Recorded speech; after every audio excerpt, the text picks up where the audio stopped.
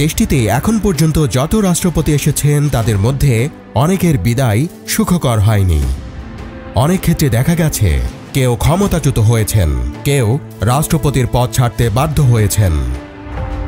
বাংলাদেশের স্বাধীনতা ঘোষণার পরে যে প্রবাসী সরকার গঠন করা হয়েছিল সেখানে রাষ্ট্রপতি ছিলেন শেখ মুজিবুর রহমান। যেহেতু শেখ মুজিবুর রহমান পাকিস্তানের কারাগারে বন্দী ছিলেন সেজন্য অস্থায়ী রাষ্ট্রপতি ছিলেন সৈয়দ নজরুল ইসলাম। পাকিস্তানের কারাগার থেকে মুক্ত হয়ে 1972 সালের 10 জানুয়ারি দেশে আসার পর শেখ মুজিবুর রহমান প্রধানমন্ত্রী হন। রাষ্ট্রপতি হিসেবে দায়িত্ব দেয়া হয় বিচারপতি আবু সাঈদ চৌধুরীকে।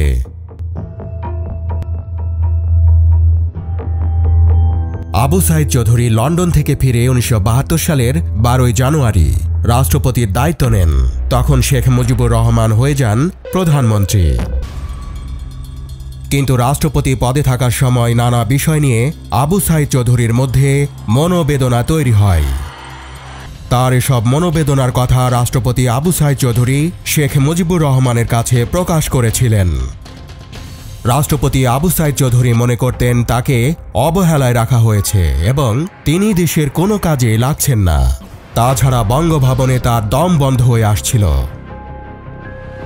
বঙ্গভবনে নানা ঘটনা নিয়ে সাবেক নির্বাচন কমিশনার মাহবুব তালুকদার বঙ্গভবনে 5 বছর শিরোনামে বইটিতে লিখেছেন, প্রথম দিকে কয়েকজন মন্ত্রী তার সাথে দেখা করতে আসলেও কালক্রমে দেখা গেল প্রায় সবাই ইচ্ছা বা অনিচ্ছায় রাষ্ট্রপ্রধানকে পরিহার করেছেন। রাষ্ট্রপ্রধানের দায়িত্ব পালনকালে তিনি স্বভাবতই আশা করেছিলেন মন্ত্রীরা নিয়ম অনুযায়ী তার সঙ্গে মাঝে মাঝে সাক্ষাৎ করে নিজ নিজ মন্ত্রণালয়ের বিষয় ও সমস্যাদি নিয়ে আলোচনা করবেন। এছাড়া রাষ্ট্র পরিচালনার নানা ইস্যু এবং গণতান্ত্রিক পদ্ধতি নিয়ে শেখ মুজিবুর রহমানের নানা সিদ্ধান্ত পছন্দ করেননি তৎকালীন রাষ্ট্রপতি আবু সাঈদ চৌধুরী। পরিস্থিতি এমন এক পর্যায়ে পৌঁছেছিল যে আর কিছুদিন গেলেই রাষ্ট্রপতি ও প্রধানমন্ত্রীর মধ্যকার মানসিক দূরত্ব জনসমক্ষে প্রকাশ হয়ে যেত। মাহবুব তালুকদার বলেন, বঙ্গবন্ধু শেখ মুজিবুর রহমান গণতন্ত্রের প্রবক্তা ছিলেন ঠিকই, কিন্তু শাসন ক্ষমতায় অধিষ্ঠিত হবার পর গণতন্ত্রের মূলধারা থেকে অনেক সরে আসেন। এটাও রাষ্ট্রপতির জন্য সহজে গ্রহণীয় ছিল না। অনেক দিন তিনি আমাকে বলেন, গণতন্ত্র ও জাতির জনকের মধ্যে বিরোধ দেখা দিচ্ছে। মাহবুব তালুকদার আরও লিখেছেন, আবু সাঈদ চৌধুরীর প্রখর ব্যক্তিত্ব বঙ্গবন্ধু শেখ মুজিবুর রহমানের জন্য অনেক সময় বিব্রতকর মানসিক অবস্থার সৃষ্টি করে বলে আমার ধারণা। এমন প্রেক্ষাপটে রাষ্ট্রপতি আবু সাঈদ চৌধুরী পদত্যাগ করেন 1973 সালের 24 ডিসেম্বর।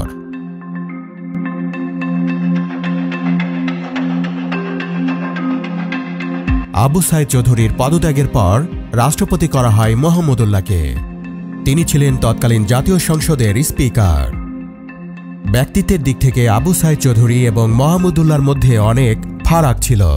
তাকে নিয়ে সরকারের সাথে কখনো টানাপোড়েন সৃষ্টি হয়নি।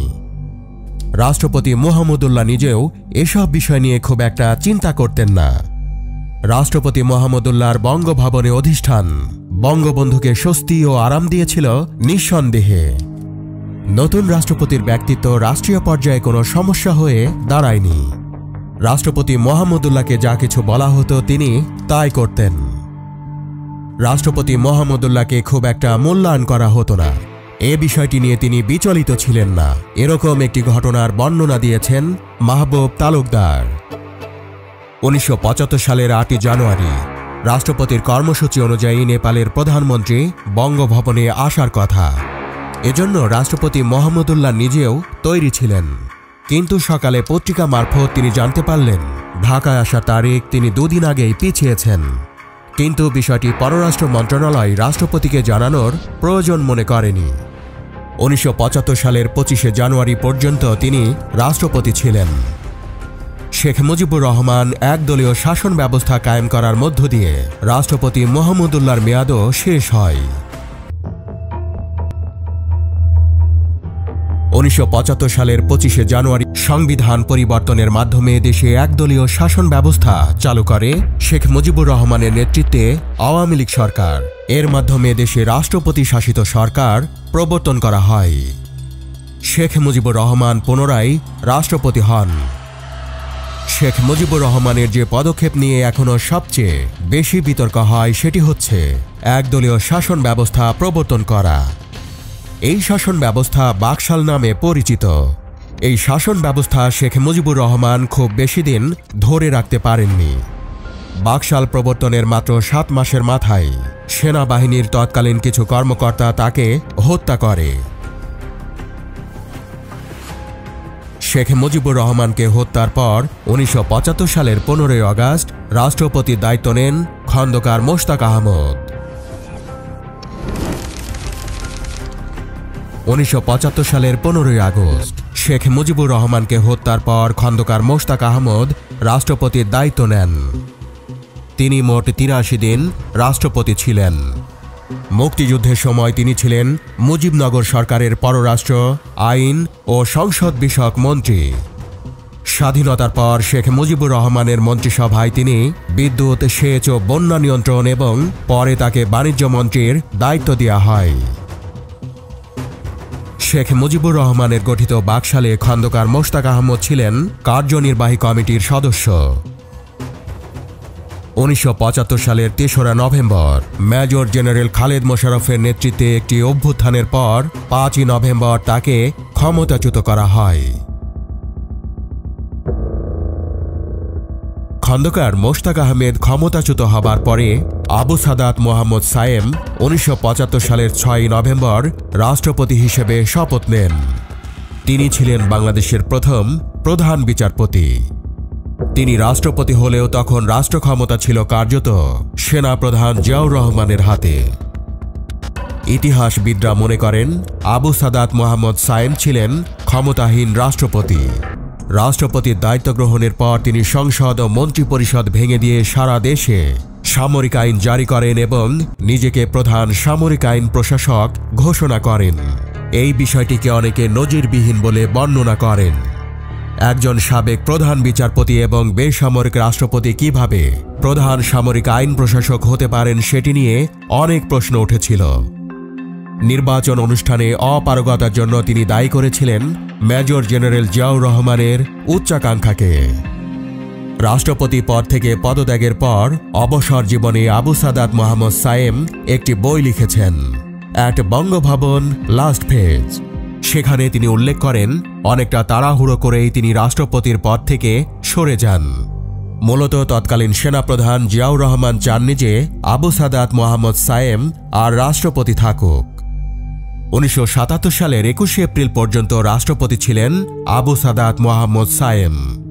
যদিও মিস্টার সায়েমের পদত্যাগের কারণ হিসেবে উল্লেখ করা হয়েছিল তার ব্যক্তিগত স্বাস্থ্যের বিষয়টি।